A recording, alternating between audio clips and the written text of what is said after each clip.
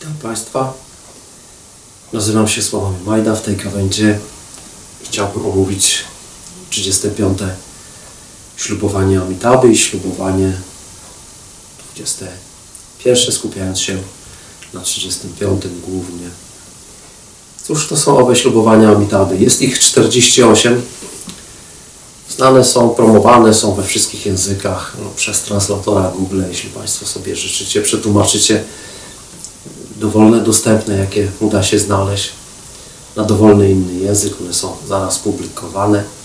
Rozumiem, że publikuje się je po to, aby osoby miały do nich dostęp, aby je sobie powtarzały z uwagi na ich moc, jakąś duchową siłę. Na mojej stronie modlitwa inna niż wszystkie. Mam kilka artykułów poświęconych Amitabhie, tym ślubowaniom i trudnościom, jakie napotyka się z ich rozkodowaniem, z uwolnieniem od ich wpływu. Trudności są duże. Ślubowanie jest 48 znanych, 5 jest nieznanych, 5 z tych ostatnich, czyli 53 jest ślubowaniem ostatecznym i wszystkie po kolei uniemożliwiają zakończenie inkarnacji przez duszę.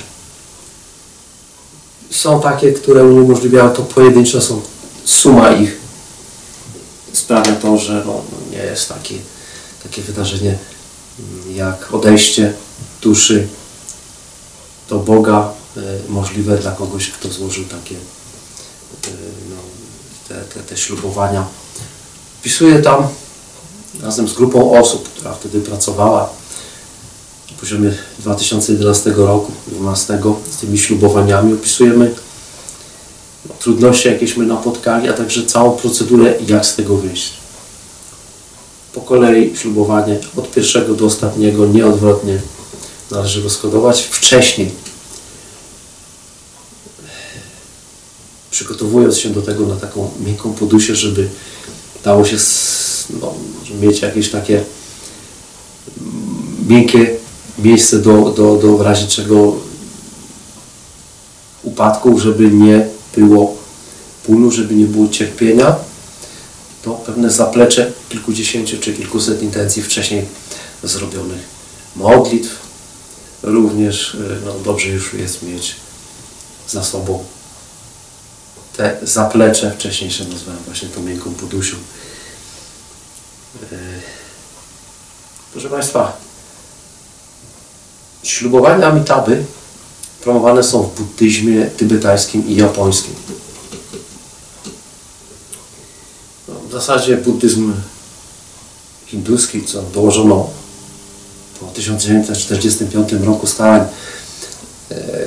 o jego odbudowę, w zasadzie nie istnieje, tam może jakieś niewielkie grupki.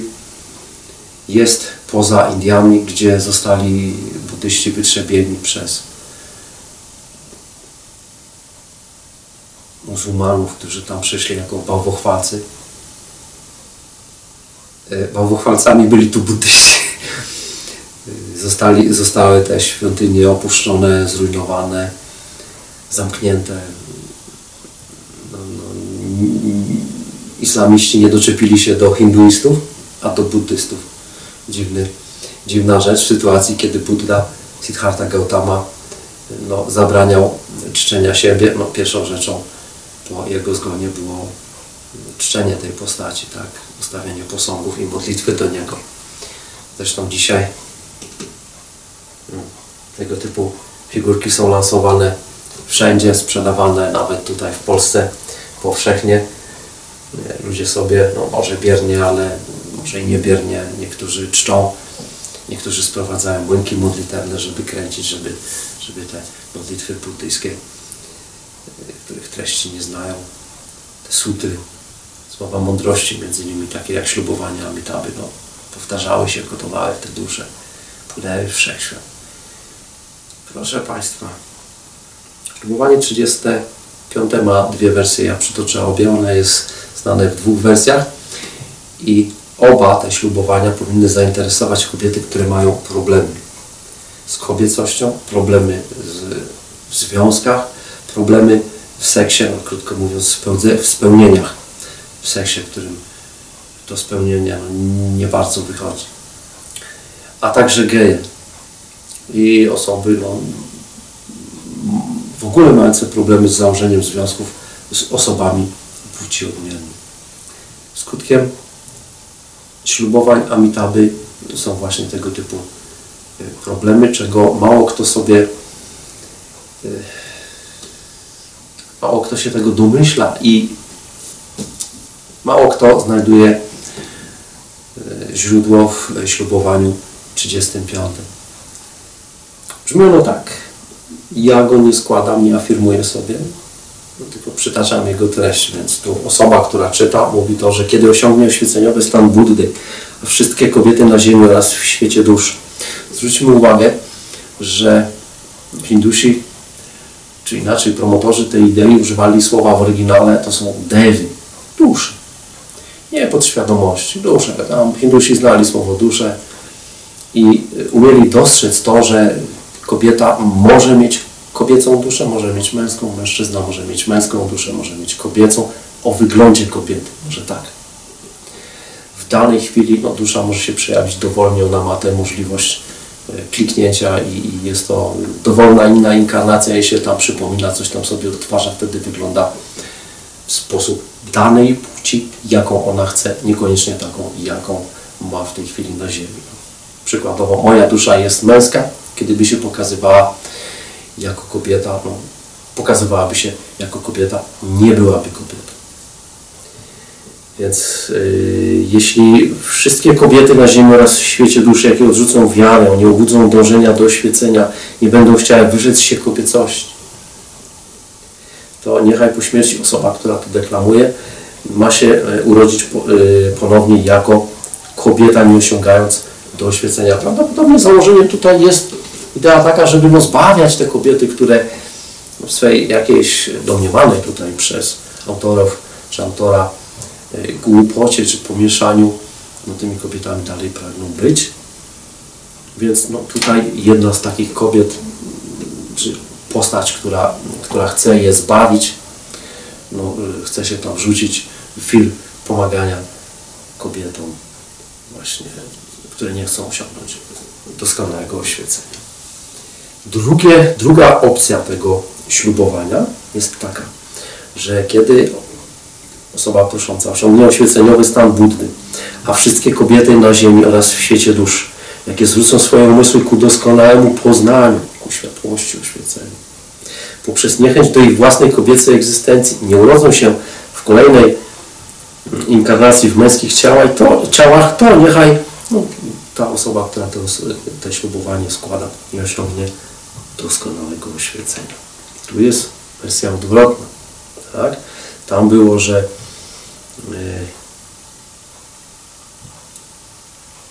ten, kto chce pomagać, będzie się rodził jako kobieta, a tu, jeśli wszystkie kobiety nie będą miały odrazy do własnej kobiecości, do seksualności, nawet do własnych orgazmów, do rodzenia dzieci, do tego, co jest właściwe dla kobiet, nie nabiorą takiej odrazy, nie urodzą się w kolejnej inkarnacji w męskich ciałach, to ta osoba ma nie osiągnąć oświecenia, ale co prawda tutaj już nie ma dopowiedziane, jak ma inkarnować, czyli nie ma życzenia, może być kobietą, może być mężczyzną, aż połowa ludzkości, czyli na dzień dzisiejszy 3,5 miliarda kobiet, nie zdecyduje się, ich dusz nie zdecyduje się, że koniec i już tylko od następnego wcielenia sami mężczyźni na ziemi. Proszę Państwa, tego typu idea, jeśli przyjrzymy wszystkie 48 te znane i te 5 dodatkowych, to one są troszeczkę oderwane od życia, pisane, można powiedzieć, że pod wpływem alkoholu, najprędzej narkotyków. Zadaniem ich jest wzbudzenie w duszach, po pierwsze w osobowościach, które zaczęły je jako pierwsze deklamować, niechęci do zakończenia cyklu ziemskich inkarnacji. Jeśli się te ślubowania raz złożyło, to już koniec. To nie ma możliwości takich, aby dusza odeszła, wróciła do Boga. No, to trzeba po prostu rozchodować, powiedzieć, że się już tego nie chce. Bo dalej będzie obowiązywać, ponieważ do tych ślubowań wszystkich po kolei przywoływano innych świadków, do każdego ślubowania innych. Raz te ślubowanie przysięgano na wiatr, drugim razem na wodospad, trzecim razem na tatusia, mamusie, którzy umarli, czwartym razem może na ziarenka piasku, które leżą przede mną, piątym razem na oczy tej krowy, co tu przed nami stoi, czy kozy, czy tego ptaka, co przeleciał. To są świadkowie, oni mają tego pilnować. No więc jeszcze pamiętajmy o tym, że tego typu ślubowania nie składa się, że tak powiem, w próżnię, tylko jest jeszcze przy tym, tak zwykle, Bóg. On to słyszy, rozumie i też jest tego strażnikiem. To nie potrzeba było aż takich świadków, strażników, weryfikatorów z mieczami, z nożami. No, jak chcesz, nie chcesz, no to cię do tego zachęcić. Ale pamiętajmy, że Bóg z kolei ze swojej strony pragnie, aby wszystkie dusze, wszystkie te jego dzieci, Boga, synowie, córki, dusze zakończyły te cykle ziemskich inkarnacji i wróciły do Niego bez bólu, z chęcią własną i głosząc to wszem i wobec. No wracam do Boga. Nie życzę sobie tutaj kontynuacji tego, co było. No, pomaga Bogu w tym na pewno jakiś zestaw chorób, od raka do białaczki, syfilis, HIV. Pomagają jakieś wypadki, ciężkie historie, bieda z nędzą, bo wtedy Panie Boże, pomóż. Mało kto w cywilizacji Zachodu jest świadomy, że te ślubowania w ogóle istnieją i obowiązują niezależnie od tego, co robi dana inkarnacja, co robi człowiek czy mężczyzna, którego dusza gdzieś kiedyś wcześniej, czy inna inkarnacja jego duszy złożyły. Mogła to być kobieta, teraz jest mężczyzna. To nie ma znaczenia. Ślubowania obowiązują, czyli rozmaite ciężary, troski, no jakby są tutaj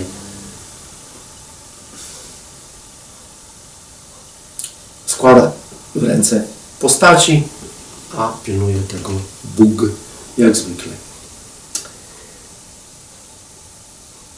Co byśmy mogli powiedzieć o autorach tych ślubowań? Na pewno było ich dwóch.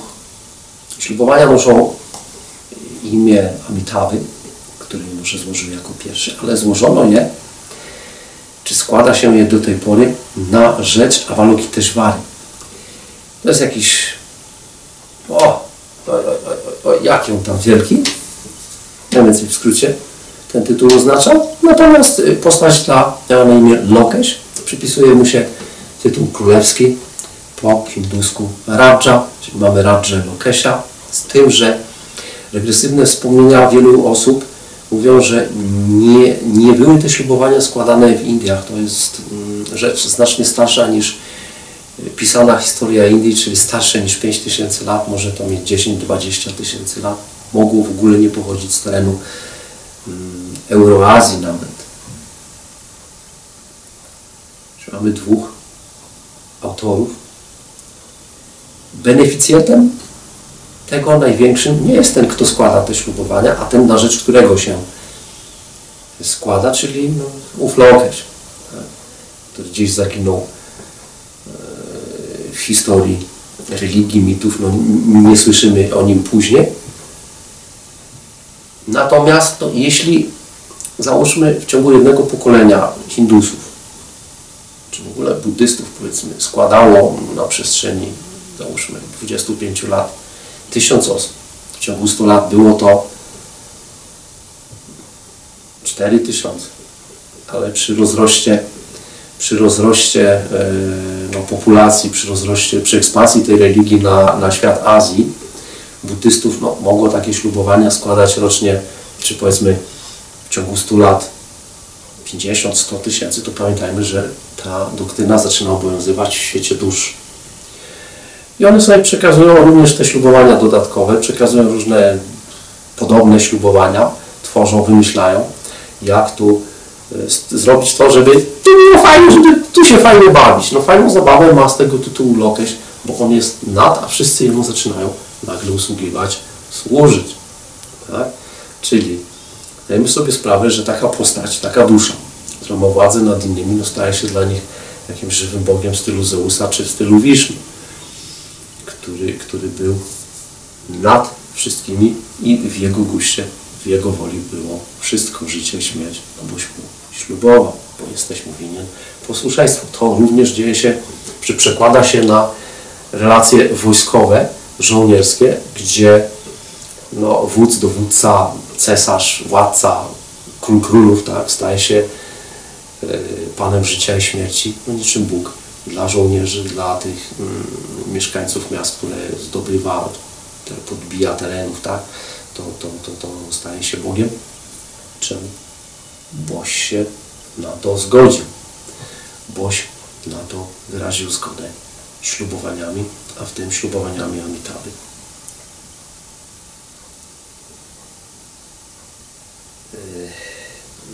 Mamy Amitabę, mamy Lokesia, ale proszę Państwa, ta cała doktryna, filozofia ślubowania Amitaby nie jest przekazywana w religii Amitaby, w religii Lokesia, tylko w buddyzmie. I jeśli sobie sięgniemy do ślubowania 21, to mamy tam napisane, że ktoś napisał, że owszem, można się oświecić, ale jeśli osoba oświecająca się, tak, czyli ten, który chce iść do Boga, będzie miał wszystkie cechy, no, ich było bodajże 32 cechy fizyczne ciała Buddy. Czyli no, jakieś on miał włosy, jakieś palce długie, wąskie, paznokcie, no, miał karnację skóry odpowiednią, uśmiech taki, zęby jakieś, no, no, osoba, która pragnie się oświecić, musi spełnić te kryteria fizyczności. Nie mówię tu o cechach umysłowych, o jego zaletach, tylko o cechach fizycznych. I w tym momencie połowa ludzkości nie ma możliwości się oświecenia, ponieważ są kobietami. A jedną z tych cech Buddy był no, penis, którego też zmierzono, opisano dokładnie i ta kobieta musi mieć, żeby się oświecić, musi mieć takiego penisa, jakiego miał Buddha. No jeśli sobie przyjrzymy wiedzę na temat wielkości penisów czy jąder, no to mamy rozmiar azjatycki czy chiński, ponoć mikry, chociaż osobiście z tego co widziałem w saunie, to wcale tak bardzo mikre one tam nie są, te rozmiary. Rozmiar europejski i ponadstandardowy rozmiar afrykański. Tak? No i teraz no, trzeba by się było, wszyscy, którzy pragnęliby się, murzyni na przykład, oświecić w stylu Siddharty, no musieliby coś z tym zrobić. A mogliby nie chcieć. Ich kobiety też mogłyby nie chcieć. No tworzy się tu pewien zamęt. Niemniej, dlaczego wspominam to ślubowanie 21? Ponieważ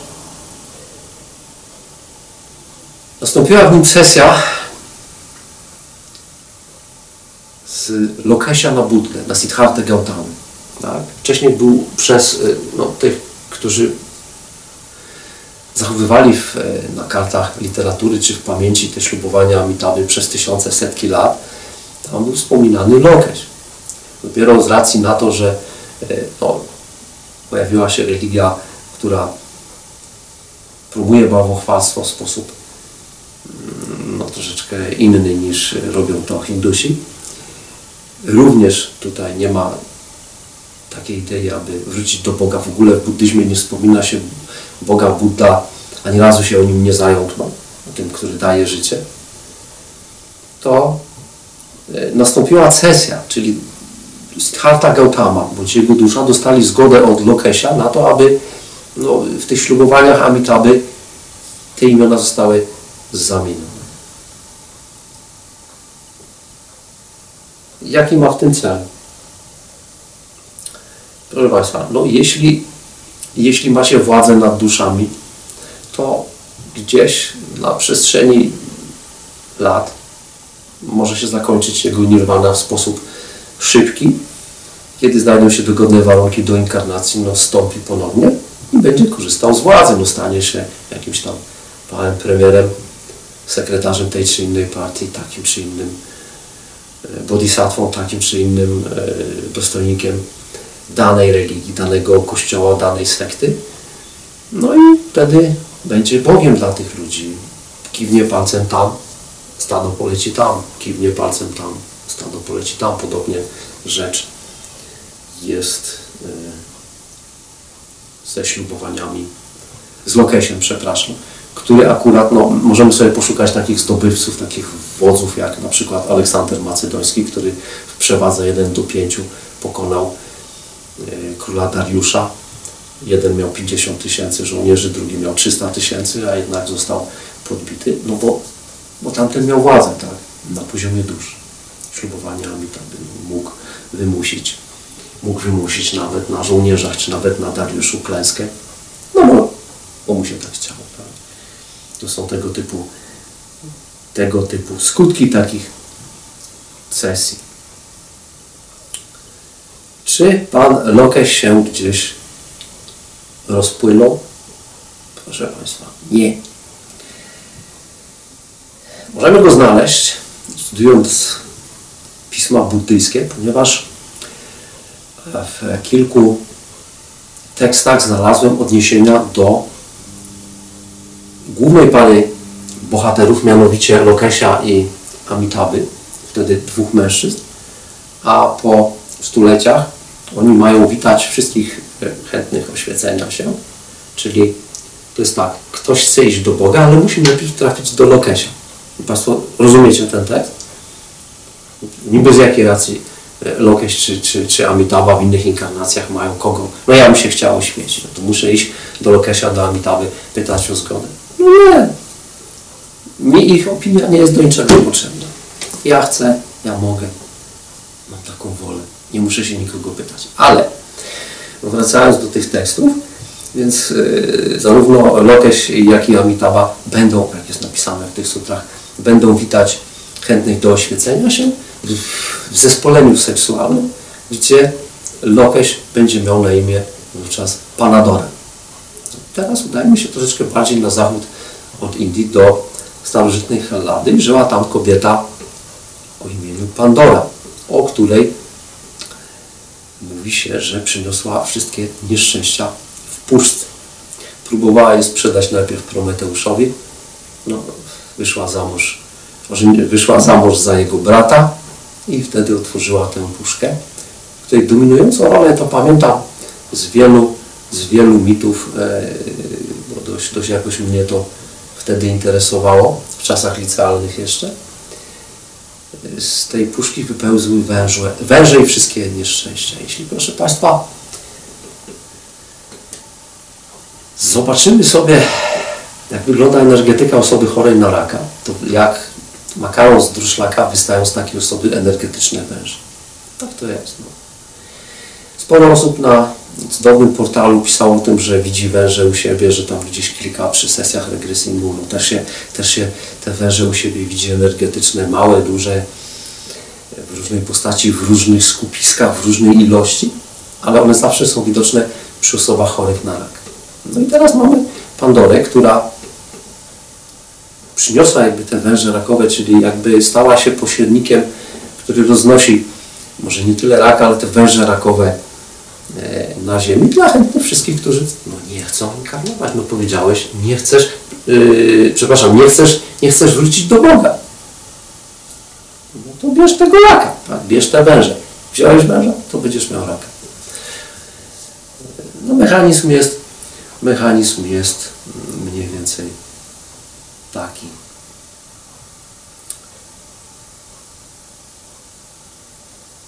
Inna rzecz, która powinna interesować osoby mające problemy w seksie, kobiety samotne, gejów, to obejrzeć siebie w lustrach. Szczególnie tutaj kobiety samotne, szczególnie osoby, które lubią nosić czarne ubrania, czarne suknie, obejrzeć siebie w lustrach, na ile ma się wygląd wiedźmy. Włosy wiedźmy, nos wiedźmy, znamiona wiedźmy. Ja mam taki artykuł, mam też film na ten temat, proszę sobie przeczytać, obejrzeć odniesienia, poszukać tych odniesień u siebie. Warto, albowiem co robi wiedźma, proszę Państwa? No, mamy kobietę, tak, czyli to jest osobowość. Ale kobieta ma duszę. I jeśli dusza czy kobieta ma te ślubowania wiedźmy, nie mieszajmy to ze ślubowaniami Amitaby, działające, czynne, bądź chce się przejawić jako wiedźma, to wówczas ta dusza będzie miała wygląd męski.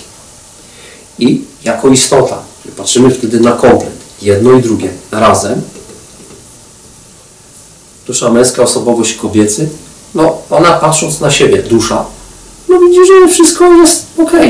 Ma to, co chciała ze ślubowania Amitaby, czyli ma niechęć do kobiecości, bo ją pokazuje w męskiej postaci, ale ma też męskie narządy płciowe i to przeszkadza kobiecie w seksualności.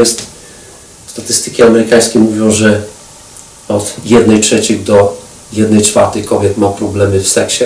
Ja bym powiedział, że ma problemy z orgazmami, niespełnienia w seksie, nawet jeśli jest mężczyzna, nawet jeśli ten seks jest regularnie, to kobieta po prostu nie ma orgazmu. Dlaczego? No i dusza ma siusiaka. Jest spełnione ślubowanie Amitaby, wszystko gra, wszystko pasuje, gra jak najlepiej, no tylko, że nie ma w tym szczęścia. Jest to też taka zachęta może do kogoś, że się może ocknie, wreszcie zobaczy, no dobra, nazbieram takich wzorców, coś nie leży, może pójdę z tym do Boga. Tak. Ale trzeba być świadomym, że się ma takie wzorce, że są takie ślubowania, że się ma wzorce wiedźmy, bądź jakiekolwiek pomieszanie, że geje na przykład też są,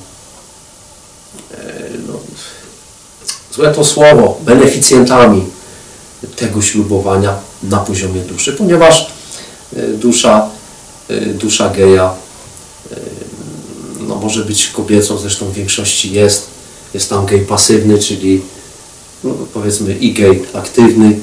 Domyślajcie się Państwo, o co tutaj chodzi. Jeden będzie wtedy na poziomie duszy męskiej, drugi będzie kobiecy. U gejów jeszcze jest mechanizm taki, proszę Państwa, że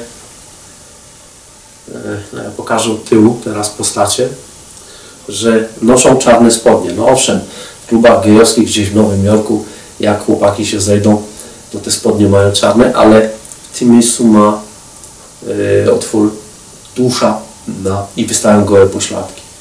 Jeśli kobieta lubi seks w tę stronę, to w tym miejscu, mając wzorzystą, piękne te spódnice, takie kobiety noszą, czy sukienki, ale w tym miejscu również jest otwór na gołe pośladki. To jest odniesienie do seksu akurat w tę stronę lubianego, do oszczędzania pochwy. Mści się to na rozmaite sposoby, ale to jest temat na inną okazję. Niemniej jednak zarówno takie kobiety, które tak lubią, i tacy panowie, którzy tak lubią, w 100% spełnili ślubowanie Amitaby, mogą iść do Boga we własnym przekonaniu. Nie dzieje się tak, ponieważ to takie postacie mają wiele problemów w związkach i jest znowu dążenie duszy na innym poziomie, a także człowiek ma taką jakąś świadomość niespełnienia. Będzie szukał drogi, aby się gdzieś to poukładało.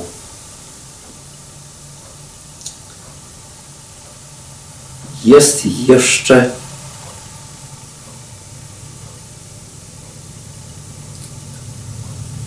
kolejna opcja, takie wyższe piętro dla wtajemniczonych, dla chętnych. Bóg tu idzie na wszelkie gody. Co chcesz duszą, bo to jest dusza, to osobowość, tak? Co chcesz duszą, to masz, osobowość chce, tak? Ale proszę bardzo, doświadczajcie sobie wszystkiego, co tylko chcecie. I tak kiedyś Wam się to znudzi. Tak kiedyś traficie do Boga.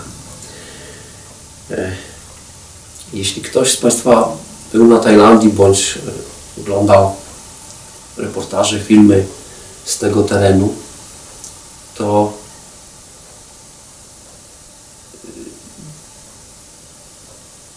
,2% bodajże, 2 miliony ludzi, mężczyzn,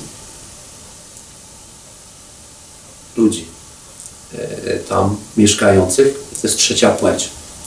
Oni wycięli sobie własne genitalia, znaczy inaczej, ktoś im to zrobił. Lekarze, chirurdzy wycięli te im genitalia i wstawili silikonowe zamienniki płci odmiennej. Czyli kobieta wycina piersi, dokłada sobie silikonowe jądra, silikonowego penisa. Mężczyzna wycina sobie, daje wyciąć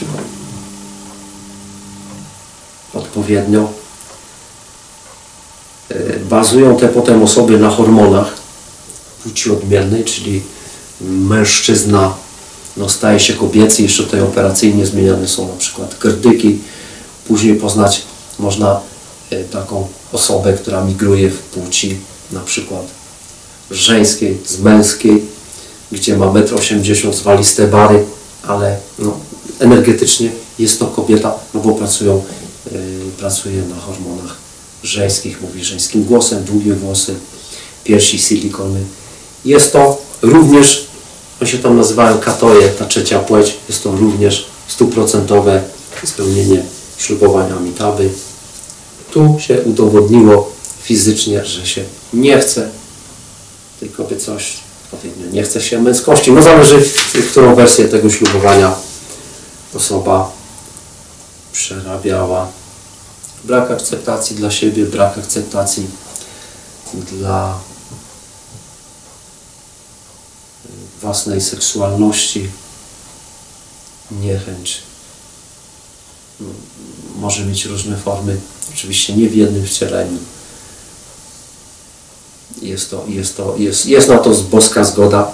Chcecie, doświadczajcie. Chcecie raka od Lokesia, od Pandory, bierzcie. Chcecie sobie wycinać, co Wam tam nie pasuje, to sobie wycinajcie. Ale szczęścia w tym mieć. Nie będziecie przez długi okres, ani w sposób trwały. Nie tak to powinno wyglądać. Otrzeźwienie przychodzi przy puszczaniu tych ślubowań, przy pracy z intencjami, przez modlitwę. Tak, że my sobie chcemy puścić, ktoś przeczyta to z kartki, to nie za bardzo, trzeba nad tym posiedzieć ładnych parę dni. 2 lata temu, czyli w 2011-2012 puszczało się to bardzo ciężko. W tej chwili osoby, które chcą to robić, które to wykonują, mówią, robiłem, poszło gładko. Być może, że akurat myśmy idący jako szpica, testujący wówczas technikę uwalniania się, tych ślubowania Amitabhy, mieli z tym jakiś większy problem jak kolejny. Cóż jeszcze? Proszę Państwa, tych ślubowań, nie tylko buddyjskich i nie tylko ślubowań Amitabhy, które mają zadanie utrzymania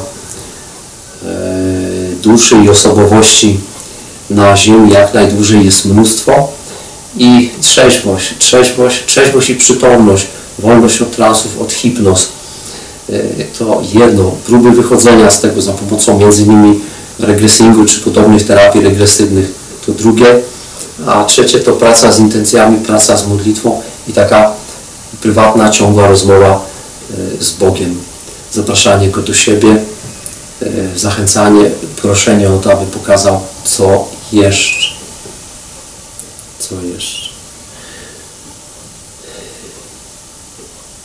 Życzę Państwu, życzę wszystkim osobom, które zainteresowane są uwolnieniem od ślubowania Amitabhy, aby przebiegło ono bez zakłóceń. Życzę wszelkiej pomyślności, radości istnienia, a także wolności dla wszystkich dusz, które kiedykolwiek, gdziekolwiek zetknęły się ze ślubowaniami Amitabhy, nie tylko z nimi, z buddyzmem, z rozmaitymi uwikłaniami, które nie wiedzą, jak z tego wyjść, aby znalazły taką ścieżkę, takie rozwiązanie, aby udało im się prosić Boga o kasację tych wszystkich uwikłań oraz ich skutków, niezależnie od podjętych kiedyś decyzji. Dziękuję.